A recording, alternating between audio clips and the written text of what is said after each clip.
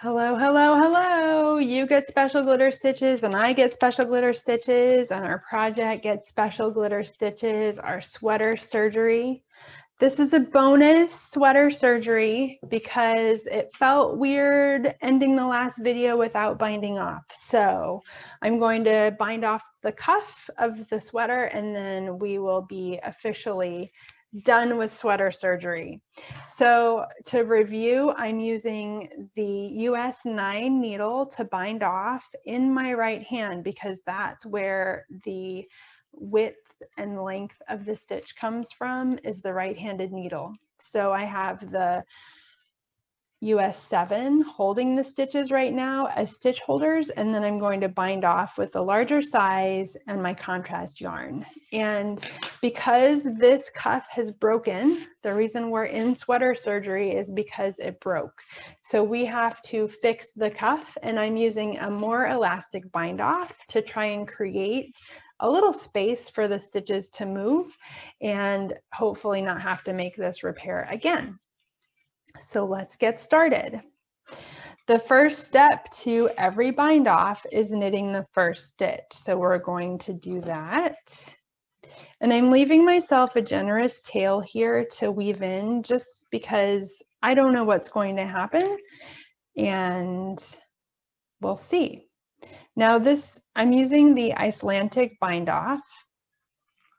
So the setup is knit the first stitch and then we put the stitch onto the left needle. The next step is to insert the right needle purlwise into the first stitch. And now we do this whifferdiller where we twist the needle around to insert the needle knitwise into the second stitch. And then we knit the second stitch here and slip both off of the needle. Now we replace the stitch on the right needle onto the left and we repeat. So purlwise into the first stitch, knitwise into the second, wrap the yarn and then slide off.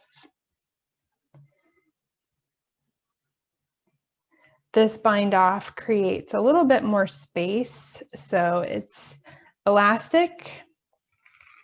If this tutorial doesn't make sense, there's lots of explanations online and support for additional tutorials. I've used this bind off a couple times. I really like how it looks. So we go purlwise into the first stitch, knitwise into the second. Wrap the yarn and then slide off. So here you can see really well what's happening with the contrast yarn, and it might even turn into sort of a design element. We'll see. But I'm trying to be loose. If I need to go back and tighten up my bind off, I'm happy to do that at the end. Right now, I'm trying to just focus on getting the stitches bound off with the new yarn.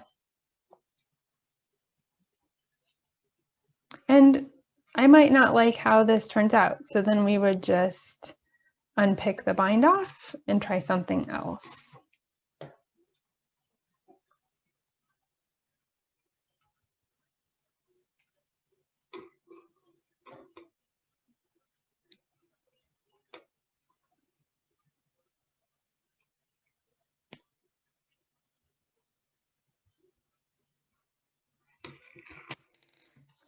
So there's a lot of stretch in one half of the bind off, and you can see with the contrast that it creates sort of a decorative edge, but I like that.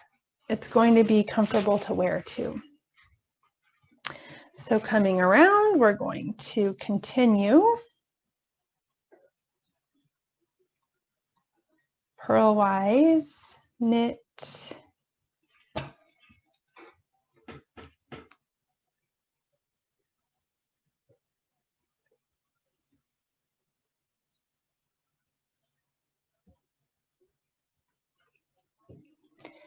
sometimes when we are making repairs like this, there's 3 things that you can match. You can match color, fiber content, or weight. And I have found that usually you get 2 out of 3.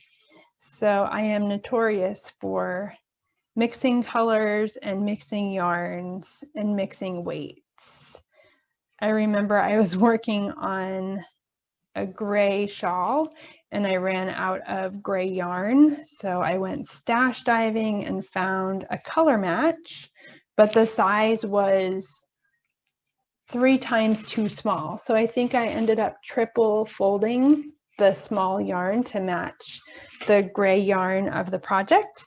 And no one would know by looking at it that that's what I did, but the color was a match. So for that project, that was the decision that I made.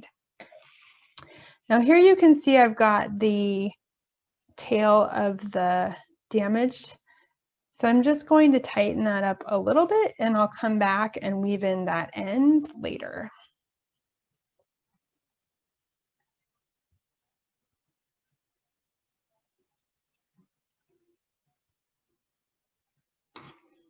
And now how are we going to do? We're just going to pick up that first stitch and do the same thing. And then I will cut my tail here.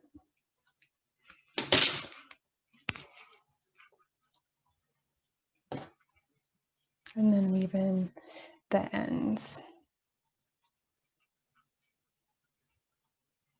Okay, so now I have some ends to deal with, right? You can see I've got the new yarn ends and I also have the old yarn ends. So I'm going to use the duplicate stitch to weave these ends in as neatly as possible, trying to match the tension of the existing sweater so that you can't see where it's woven in. And I think it will be a really good match. So sweater surgery is complete. What do you guys think? Would you do this with something that you knit? Let me know in the comments below.